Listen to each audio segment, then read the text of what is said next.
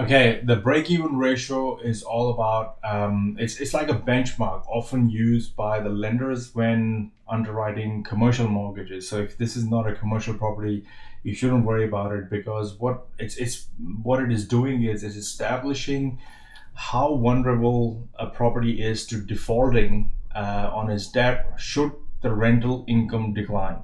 So this is trying to figure out whether, if your rental income, evaporates or whatever, are you going to break even over here? And usually most banks would like to, especially in case of commercial, because that's why I said this can be used for commercial um, as well as for residential. So this break-even ratio is mostly used for commercial. And if we were to change the value and the amount of rent that was coming in, so if this was commercial and you were getting $1,100 a week on something like this, and I go update all, you will see that this ratio will start improving. So where is our ratio here?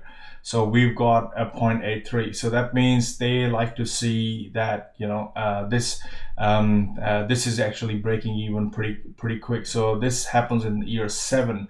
Again, this is going to depend upon, so anytime you are borrowing money for property, any lender will look at not just this property, but your overall serviceability of what you can and cannot borrow. So that is why break-even ratio is important for the lender, especially in a commercial environment.